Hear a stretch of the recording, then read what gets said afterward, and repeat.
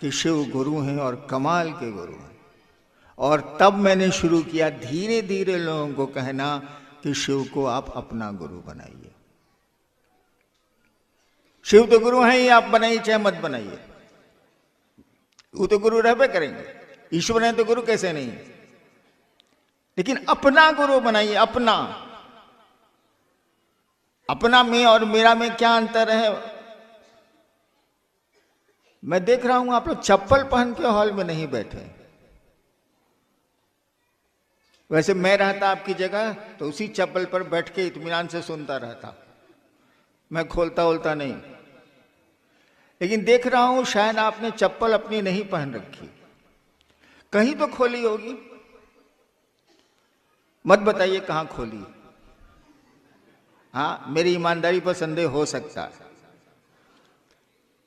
लेकिन आपको ये मालूम है कि मेरी चप्पल है कहां। आपको ये मालूम है कि आपकी चप्पल कैसी है। और जब यहां से आप निकलेंगे तो करीब करीब सबको अपनी चप्पल थोड़ी देर में मिल जाएगी। भीड़ है इसलिए समय लगेगा, मिल जाएगी। एक बात बताइए, चप्पल तो निर्जीव है, कुछ बोलेगी नहीं।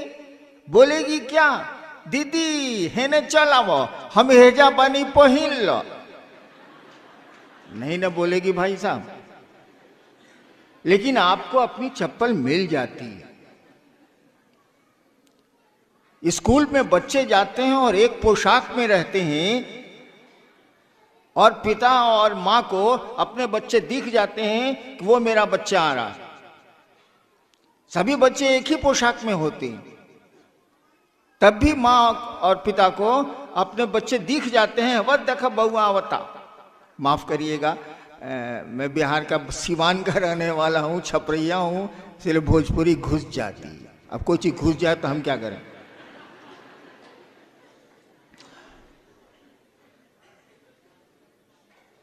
यानी आप अपनी चीजों को पहचान लेते हैं।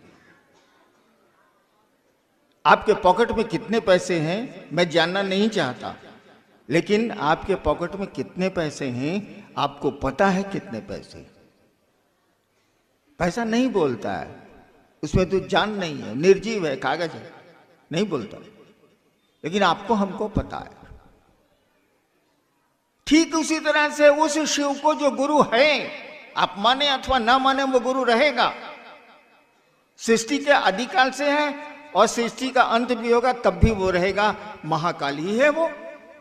महाकाल का अर्थ ही होता है जो काल से परे हो। उसको जैसे अपना गुरु मानिएगा, उस शिव को जैसे अपना मानिएगा, जैसे आपकी बेजान चीजें आपको सब सूचना दे देती हैं, वो शिव तो सभी संसार ही उसका है। आपको पता चल जाएगा कि वो महादेव कैसा है, क्या कर सकता है। ऐसा संसार में कुछ भी नहीं है जिसको शिव नहीं कर सकते। तो मैंने तो सोचा और शिव को गुरु बना लिया। मुझको तो मालूम भी नहीं था कि शिव गुरु है। मैंने तो भगवान समझ के शिव को गुरु माना था। श्रद्धा विश्वास का सवाल ही नहीं था, क्योंकि इतनी समझ तो है कि जिससे भेंट नहीं होगी वो मेरा गुरु कैसे हो सकता है, मेरा मित्र कैसे हो सकता है। लेकिन शिव को गुरु मान के जो मैंने देखा, जो बोध हुआ मुझको, जो अनुभूति हुई, लगा कि वाह कमाल के गुरु हैं। और इसीलिए ये बात हम लोगों ने कहनी शुरू की कि शिव को अपना गुरु बनाइए। और आपसे भी यही अनुरोध करने चला आया कि आप भी दूसरों को शिव शिष्य बनाइए, उनको शिव की ओर 2 कदम चला दीजिए। इससे बढ़िया काम नहीं हो सकता है। और शिव को गुरु मानने में क्या है, हमने कैसे माना, अब तो पूरा कहानी कह देनी तो वो नहीं के बुझात। अरे मन ने सोचा शिव मेरे गुरु हैं तो मेरे गुरु हैं। मन ने सोचा कि सामने बैठी हुई महिला मेरी बहन है तो मेरी बहन है। मन ने सोचा कि ये मेरा बेटा है तो मेरा बेटा है। खेला तो मन का है, शरीर का तो है नहीं। अगर शरीरों का शरीर का साथ होता तो एक बिस्तर पर सोने वाले पति पत्नी तलाक के मुकदमे में क्यों जाते? एक बिस्तर पर सोने वाले दो भाई जमीन के लिए मुकदमे करते हैं कि नहीं? हम लोग तो कचहरी के साहब रहे ही हैं, मुकदमे होते हैं। शरीर का साथ कोई मानी नहीं रखता है, साथ मानी रखता है मन का। तो शिव मन के न गुरु होंगे, शरीर से क्या मतलब? केवल हमारा आपका मन उस शिव को अपना गुरु मान के रखे, बस इसी के लिए 3 काम करने हैं और कुछ नहीं है। वो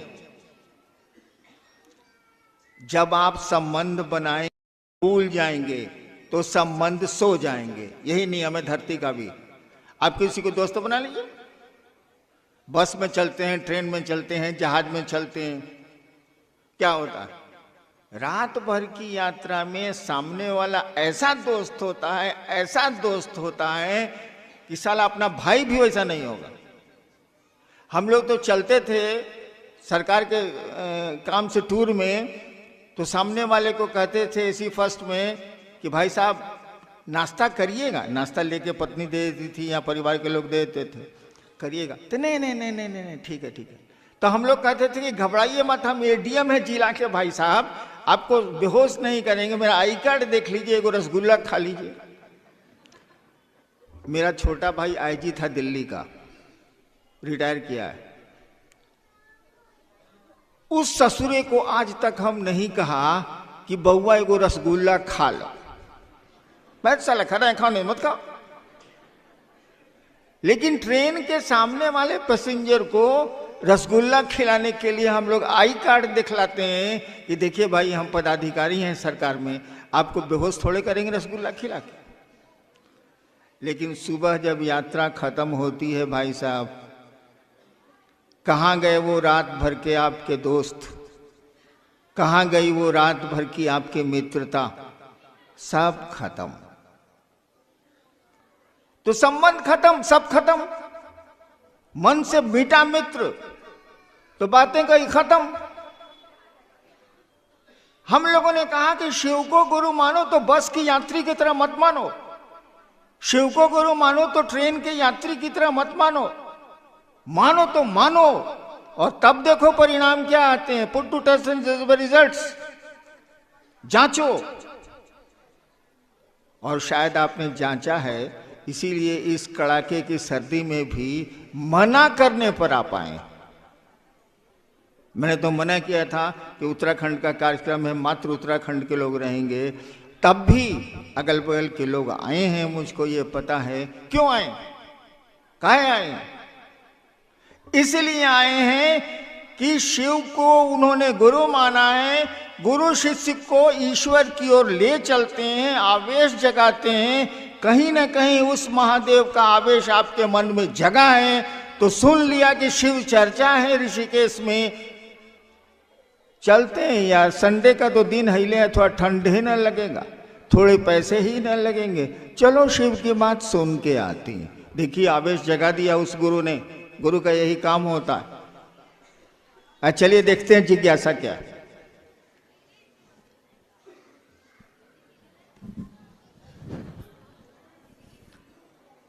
ऋषिकेश से बहन मनोरमा शिव की जब पूजा करते ही हैं तो शिव को गुरु क्यों माने? एक बहन ने पूछा है कि शिव की पूजा हम करते ही हैं तो शिव को गुरु क्यों माने? किसी की भी पूजा करें आप तो आपको ये पहले जानना होगा कि वो है कौन और उसको प्रसन्न करने की पद्धति क्या होगी, विधि क्या होगी। तो ये तो पूजा हुई। पूजा से आप अपना कल्याण चाहते हैं, जो भी चाहते हो, लेकिन गुरु तो ज्ञान देंगे। आप बचपन में एक कहानी, एक बात सोच लीजिए, अगर 5 साल के बच्चे के सामने महादेव आ जाएं और कहें कि मांगो क्या मांगते हो, वो क्या मांगेगा? एक 5-6 साल के बच्चे के सामने शिव आ जाएं और कहें कि बच्चा मांगो हम शिव हैं, क्या मांगेगा वो? ढेर से ढेर बोलेगा, ढेर से ढेर सोच के बोलेगा, कहेगा अंकल एगो कैडबरी चॉकलेट ला दीजिए। क्योंकि ज्ञान उतना ही है, समझ उतनी ही है। लेकिन उसी लड़के को जरा बीए पास करने दीजिए, अब कहिए कि महादेव अब आप चलिए उसके सामने आई बात कहिएगा। महादेव कहेंगे सुनो हम कैलाश पर ज्यादा बढ़िया, हम ना जाने वाले। काहे कि उसको अब ज्ञान आ गया, उसको बुद्धि आ गई। बचपन में हम लोग हवा मिठाई के लिए कैसा तूफान मचाते थे, वो तो अभी भी मैं मचाता हूँ, लेकिन छोड़ दीजिए मेरी बात। मैं महोत्सव में जाता हूँ तो बहुत भीड़ होती है, दूर दूर में हवा मिठाई, वो लाल लाल मिठाई रुई वाली नहीं है, बिकती है। मैं आदमी भेजता हूँ उसको लेके आओ। तो खैर छोड़िए मेरी बात, लेकिन आप हवा मिठाई खाइएगा, आप समझते हैं कि इससे पेट नहीं भरेगा। हम लोग प्लास्टिक के खिलौने के लिए कैसा तूफान मचाते थे अपने घर में, लेकिन अब प्लास्टिक के खिलौने की समझ खत्म हो गई। अब तो लगता है कि इन प्लास्टिक के खिलौनों से जिंदगी नहीं चलेगी। तो गुरु ज्ञान देते हैं, ज्ञान जैसे जैसे बढ़ेगा पूजा में वैसे वैसी आपकी मांग बढ़ेगी, वैसे वैसे आपका डिमांड बढ़ेगा। नेक्स्ट जी,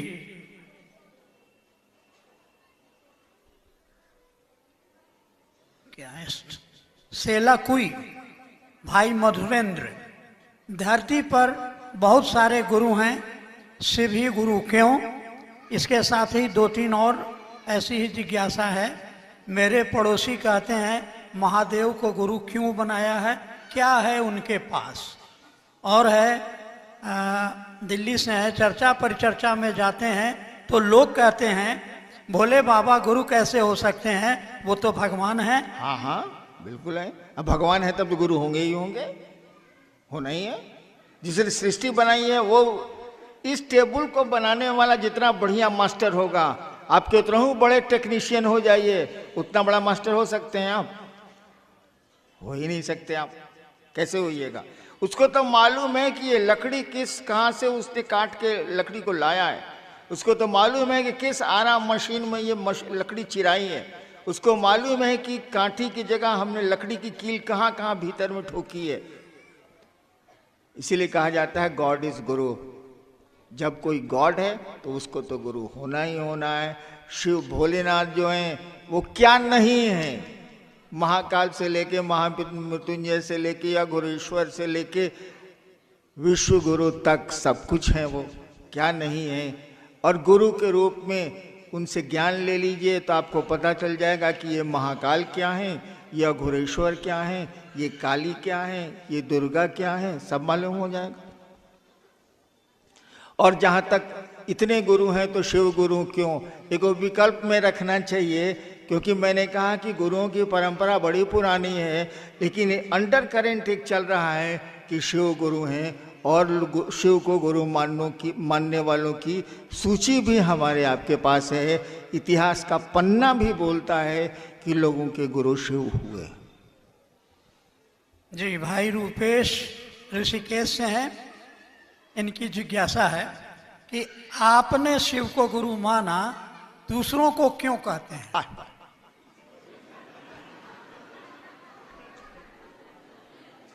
आए मल पढ़ के हम कलेक्टर भोनी तो पियर बत्ती वाला गाड़ी से घूमत रही, तरह के ना कहीं पढ़े के आए बात। ये कोई बात हुई भाई साहब? हमको कोई अच्छी चीज मिली है, आपको कोई बहुत अच्छी चीज मिली है, दूसरों को आप नहीं कहते हैं। आदमी है कि क्या है आप? इंसान का ये लक्षण थोड़ी है। मैंने शिव को गुरु माना, मुझको बहुत अच्छा लगा, मैं दूसरों को बोलूंगा ही बोलूंगा, आप मानिए चाहे मत मानिए। कौन गड्ढे में ठेल रहा हूं, शिव की ओर ही तो ले चल रहा हूं।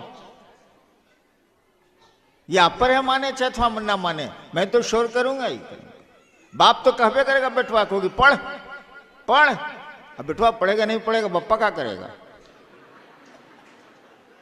चलिए जी, एक और जिज्ञासा भाई गोपाल, एक भाई, हाँ भाई गोपाल हैं उत्तम नगर दिल्ली से। लोग कहते हैं आओ ऐसा कर्म करें कि मर के भी जिंदा रहें। हाँ इतने लोगों के भीड़ में मैं ऐसा क्या काम करूं जो मर के भी जिंदा रहूं? हाँ ठीक है, ठीक है, ठीक है। मेरे यहाँ एक आदमी का बर्थडे मनाया जा रहा था, जन्मदिन की पार्टी थी। हमने कहा कि देखिए जन्मदिन तो आप हम जिंदा हैं तो मना ही लेते हैं, भगवान ने पैसे दिए हैं तो जन्मदिन का तो केक कट जाएगा या मिठाइयां बट जाएंगी। क्या आपने ऐसा सोचा है कि आपके मरने के बाद दूसरे आपका जन्मदिन मनाएं? जब तक हम आप जिंदा हैं तब तक तो व्यवस्था करके जन्मदिन मना लेंगे, या मेरा परिवार या मेरे परिजन मना लेंगे। क्या आपने सोचा है कि आपके इस धरती से जाने के बाद भी आपका जन्मदिन मनाया जाए, महात्मा गांधी की तरह या और लोगों की तरह? नहीं सोचा आपने।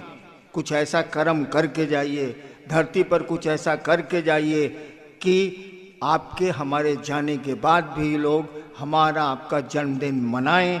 लोग मनाते हैं, लोगों के लिए कुछ करके जाइएगा, तब ना कहिएगा कि हमको महादेव मिले हैं, आपको काहे बता देंगे हम। तब तो नहीं मनेगा जन्मदिन, तब तो नहीं मनेगा जन्मदिन। आप उन्होंने देखिए ताली दो तरह से बजती है। एक तो मंच पर भगाने वाले के लिए, हाँ हाँ, इसका प्रयोग हम लोग विद्यार्थी रहे हैं कि नहीं? भाई सरकार में हम ज्वाइंट सेक्रेटरी रहे हैं तो हमको नहीं मालूम है ताली काहे बजती है। एक तो आदर से बजती है, कुछ अच्छा बोले आप। एक वो ताली बजती है कि साला बकर बकर करता, भगाओ सालों को, ताली बजाए भाग जाएगा। तो मैं अब भाग रहा हूं। आप सबों को मेरा प्रणाम। और शिव के शिष्य के रूप में मैं अनधिकार, मुझको अधिकार नहीं है, अनधिकार आपके शुभ की कामना करता हूं। आप शिव की ओर 2 कदम चलें, यह अपने गुरु महादेव से प्रार्थना करता हूं। आपके दुख कम हो, आपके जीवन में आनंद आए, इसके लिए अनधिकार आशीर्वाद देता हूं। अनधिकार, मुझको अधिकार नहीं है, मैं गुरु नहीं हूं। अनधिकार आशीर्वाद देता हूं। आप सबों के चरणों में मेरा प्रणाम। जी, एक बिहार शरीफ की पुरानी गुरु बहन ये जानना चाहती है कि शिव शिष्यता में ईमानदारी क्या है। बिहार शरीफ की एक गुरु बहन है, जानना चाहती हैं कि शिव शिष्यता में ईमानदारी क्या है। शिव शिष्यता ही ईमानदारी है, उसमें ईमानदारी अलग से कहाँ खोजते हैं। अगर कोई शिव का शिष्य होगा तो ईमानदार होगा, वो कृतज्ञ होगा महादेव के लिए, साहब दीदी के लिए। उसके दुनिया में और दूसरी कोई चीज नहीं होगी। वो कभी खुद को स्थापित नहीं करेगा, झुकेगा। महादेव का काम होगा तो किसी का भी पैर पकड़ेगा, महादेव का काम होगा तो किसी के आगे झुकेगा नहीं। तो ईमानदारी तो जो शिव शिष्य होगा वो तो ईमानदार होगा ही होगा। परंतु ईमानदारी का अर्थ होता है महादेव की बात महादेव के लिए करना।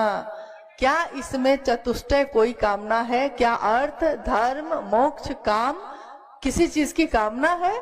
अगर कामना के साथ आपने किया है तो कृतज्ञता तो ये भी है। जैसे 3 सूत्र, अगर आपने कोई कामना लेकर, कोई मन में मनोकामना ली है और तब 3 सूत्र आप कर रहे हैं, तो हो सकता है आपकी मनोकामना भी पूरी हो जाएगी, 3 सूत्र भी आपने किया है, परंतु ये गुरु के लिए कृतज्ञता नहीं मानी जाएगी। निस्वार्थ रूप से 3 सूत्र करना ही गुरु के लिए कृतज्ञता मानी जाती है। और शिष्य की ईमानदारी भी यही है कि वो अपने गुरु के लिए 3 सूत्र करे। और अंतिम जिज्ञासा है, सचमुच शिव भाव के शिखर की तलहटी में मानव मन की संपूर्ण संकीर्णताएं तिरोहित हो जाती हैं, लोग समझना चाहते हैं। शिव भाव के शिखर की तलहटी में ही समस्त संकीर्णताएं तिरोहित हो जाती हैं। कैसे? ये पंक्ति है शिष्यानुभूति की। कहते हैं कि जब जब संकीर्णता, रूढ़िवादिता के पास में जब इंसान बंधता है, तब तब कहीं ना कहीं एक ऊर्जा का प्रस्फुटन होता है जो इन सभी तरह के बंधनों से हमको मुक्त करता है। साहब श्री का ये वाक्य जो उन्होंने शिष्यानुभूति में लिखा, शिव भाव के शिखर। आपने पहाड़ देखा है, पहाड़ का शिखर, चोटी, वहां अभी गए भी नहीं है, पहाड़ की चोटी पे नहीं गए हैं आप, पहाड़ पे भी नहीं चढ़े हैं आप, उसकी तलहटी में ही है, उसकी घाटी में ही है। तो हवा ठंडी लगने लगती है, हवा में ठंडक आने लगती है। तो उसी तरह जब हम शिव भाव के नजदीक जाते हैं, थोड़ा निकट होते हैं, तो हमारे मन से स्वतः समस्त संकीर्णताएं तिरोहित यानी अपने आप कपूर की तरह अपने आप घुलने लगती है, खत्म होने लगती है। हम पूछना भूल जाते हैं। अब पहले हम पूछते थे आप कौन जाति हैं, आप कौन धर्म है, आप कहाँ से आए हैं, अमीर हैं, गरीब हैं, वर्ण पूछते थे। लेकिन अब हम कुछ भी नहीं पूछते, हम बस इतनी बात करते हैं, आपने महादेव को गुरु बनाया है और आप शिव के शिष्य हैं, अरे आप तो गुरु वाहन हैं, अरे आप तो गुरु भाई हैं, कह के हम लोग गले से लगा लेते हैं। यानी शिव शिष्यता ने हम सबको एक कर दिया, सारी संकीर्णताएं, सारे बंधन खत्म हुए और सारे शिव के शिष्य एक भाव से, जिसके बारे में साहब श्री ने कहा कि ऋग्वेद की अंतिम ऋचा है कि हम सभी की सभा एक हो, शिव शिष्यों की सभा एक हो। साहब श्री ने कहा कि शिव शिष्यता का जो भाव है वो हम सभी के हृदय में एक जैसा ही संचरित हो, हम सब का रास्ता एक हो, हमारी मंजिल एक हो। मंजिल है भगवान शिव स्वयं, रास्ता है शिव की शिष्यता का राजमार्ग। इस राजमार्ग के पे दुनिया के सारे लोग चलेंगे, तब भी कहीं कोई जाम नहीं है, कहीं कोई हलचल नहीं है, सारे लोग शिव तक ही पहुंचेंगे। इसलिए जब हमारा रास्ता एक होता है, हमारा संकल्प अपना अपना है, अपने संकल्प को लेकर हम सभी शिव के शिष्य इस रास्ते पे बढ़ रहे हैं, चल रहे हैं। मंजिल मिलेगी जरूर, इसकी जुस्तजू में है, चलते जा रहे हैं। मंजिल जब मिल जाएगी, वो महादेव जब मिल जाएंगे, तो उनकी दया के अतल गहराइयों में सभी शिष्यों का, समस्त शिव शिष्यों का मन समाहित होता ही रहेगा, डूबता ही रहेगा। इसी की कामना है, इसी की कामना के साथ कि हम सभी शिव शिष्यों का जीवन शिवमय हो, सुखमय हो। शिव के शिष्य बनकर हम जगत में रोशनी लेकर जाए। हम जिसके घर पहुंचे उसके घर में अगर अंधेरा हो तो रोशनी हो, क्योंकि आपके हाथों में, आपके हृदय में, आपके मन में शिव शिष्यता की रोशनी है। तो ये रोशनी लेकर आप जहां भी जाएंगे, हम जहां भी जाएंगे, अंधेरा खुद ही दूर हो जाएगा, रोशनी खुद ही आ जाएगी। चलिए, आप सभी के अथक परिश्रम से आज का ये शिव गुरु महोत्सव हो सका, आयोजित हो सका। आप सब भारी मात्रा में यहाँ बैठे हुए हैं, तो मेरा अनुरोध है कि आप सभी गुरु भाई, गुरु बहन बहुत ही संतुलित, बहुत धीमे धीमे कदमों से लौटिएगा। सभी अपने भाई हैं, बहन हैं, धीमे धीमे धीमे धीमे लौटिए। महादेव लेकर ही आइएगा, महादेव लेकर ही जाइएगा।